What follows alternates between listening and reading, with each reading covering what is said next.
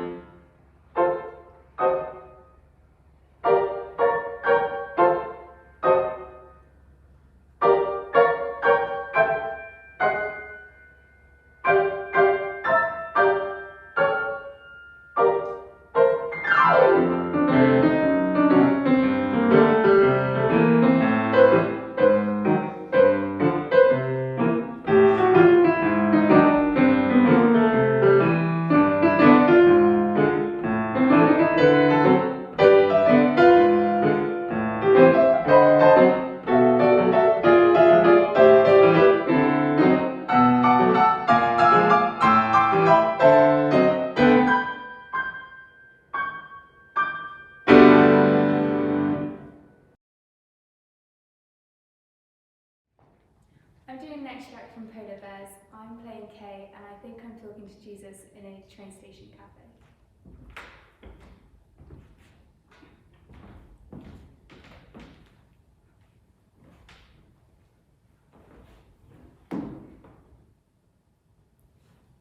Do you ever get depressed? You look pretty relaxed in the pictures, but it still hurt. Well, I'm impressed. If that was me, I'd be screaming the house down. You know, there's this thing, and it comes out of nowhere. And I know it's just chemicals. The whole thing is chemicals. Love, grief, that ache in your chest when you see a baby. But it feels so real, doesn't it? And when you're in the grip of all that black stuff, that feels real too. Because you're inside this head. There's nowhere else to be. Sometimes I imagine everything falling apart. Global warming, nuclear war, a really big meteorite, dust clouds blocking out the sun for years, all the plants, trees and animals dying off, stuck in a basement eating tinned food. Scurvy, lice, cholera, guns and tire fires and looting. Gangs of young men roaming the streets, killing the weaker men and raping the women because, you know, why not? Who's going to stop you? Eating kids when the dogs run out. Little burnt faces turning on a spit. You meet someone new, you tell them a funny story. You tell them a sad story. It's like the two of you are playing music, and if you get the tuning and timing just right, it soars. I thought I could get away.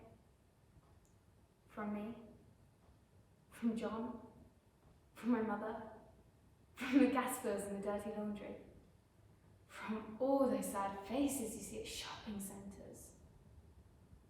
And then you do get away, and you realise that you're still you. I thought we'd be here for, you know, honouring your mother and father and not killing people and stopping to look after the injured man on the other side of the road. But shouldn't we be making it a better place? You're not so much fun, are you?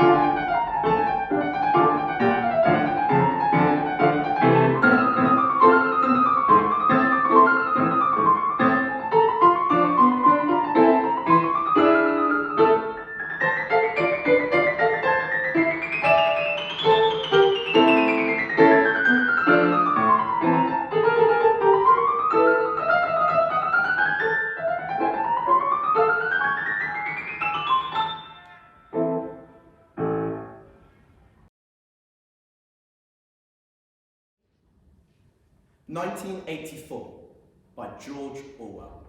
Chapter 1. It was a bright cold day in April. The clocks were striking 13. Winston Smith, his chin nuzzled in his breast in an effort to escape the vile wind, slipped quickly through the glass doors of Victory Mansion, though not quickly enough to prevent a swirl of gritty dust from entering along with him. The hallway smelt of boiled cabbage and old rag mats. At one end of it was a large poster, too large for any indoor display, had been tacked to the wall. It simply depicted an enormous face, more than a metre wide. The face of a man about 45, with a heavy black moustache and ruggedly handsome features. Winston made for the stairs. It was no use trying the lift. Even at the best of times, the lift was seldom working. And at the present, the electric current was cut out during daylight hours. It was part of the economy drive in preparation for Hate Week. Winston, who was 39 and had a varicose ulcer above his right ankle, went slowly, resting several times on the stairs. On each hallway, opposite the landing, the poster, too large, gazed from the wall. It was one of those posters which was so contrived that the eyes follow you about when you move. The caption beneath it ran, "Big Brother is watching you."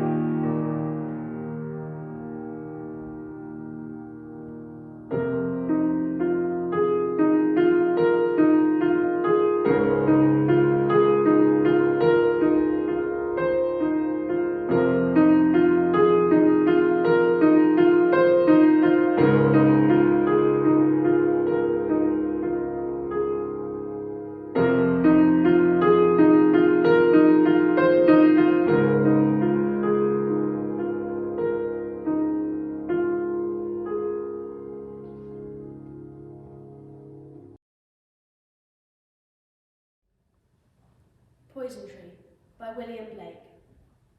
I was angry with my friend. I told my wrath did end. I was angry with my foe. I told him not, my wrath did grow. And I watered it in fears, night and morning with my tears, and I sunned it with smiles, and soft, deceitful wiles. And it grew, both day and night, till it bore an apple, bright, and my foe beheld it shine, and he knew that it was mine.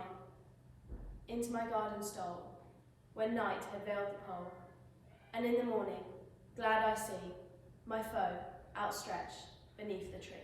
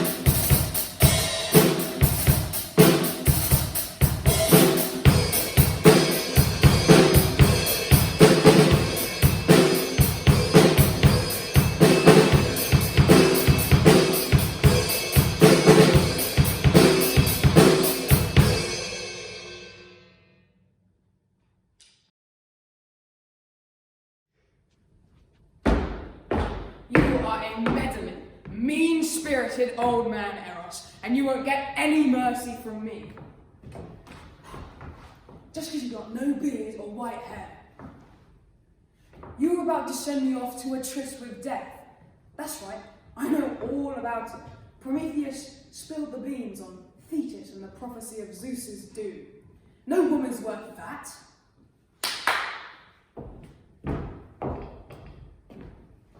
And not to mention all the little pranks you've played over the years.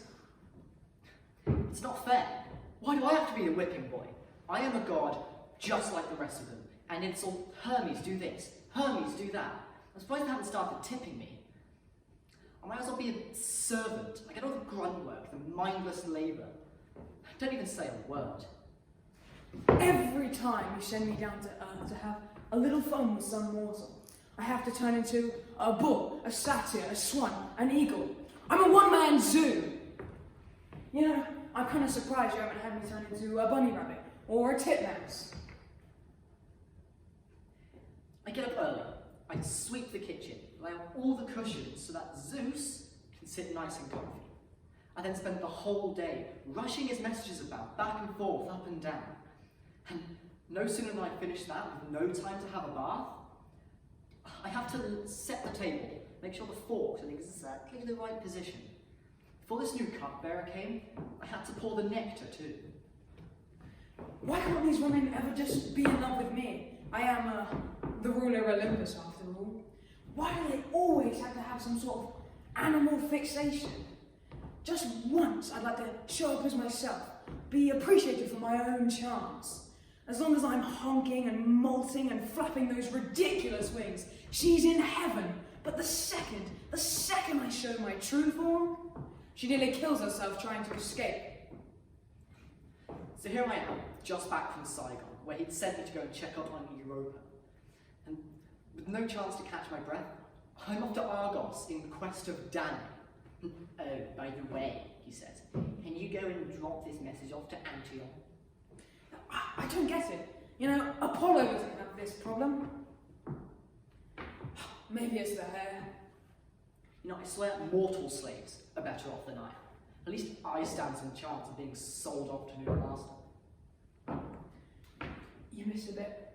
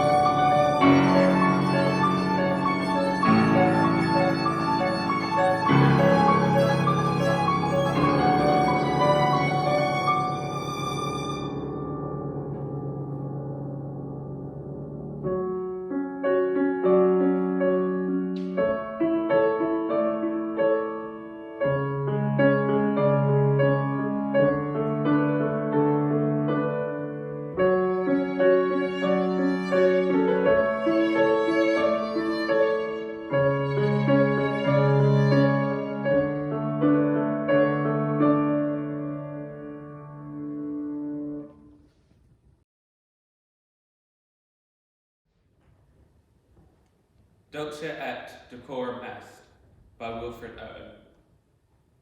Bent double, like old beggars under sacks. Knock-kneed, coughing like hags, we cursed through sludge, till all the haunting flares we turned our backs, and towards our distant rest began to trudge. Men marched asleep, many had lost their boots, but limped on, bloodshot. All went lame, all blind, drunk with fatigue, deaf even to the hoots of gas shells dropping softly behind. Gas! Gas! Quick, boys! An ecstasy, a fumbling, fitting the clumsy helmets just in time. But someone still was yelling out and stumbling, floundering like a man in fire or lime. Dim through the misty panes and thick green light, as under a green sea, I saw him drowning. In all my dreams, before my helpless sight, he plunges at me, guttering, choking, drowning. If, in some smothering dream, you too could pace behind the wagon that we flung him in, and watch his white eyes writhing in his face, his hanging face, like a devil sick of sin. If you could hear at every jolt the blood come gargling from the froth-corrupted lungs, obscene as cancer, bitter as the cut of vile, incurable sores from innocent tongues. My friend, you would not tell, with such high zest, to children ardent for some desperate glory, the old lie, dulce et decorum est pro patria mori.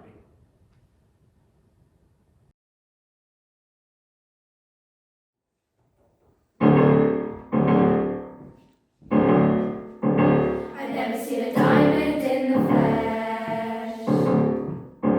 I cut my teeth on wedding rings in the movies, and I'm not proud of my dress.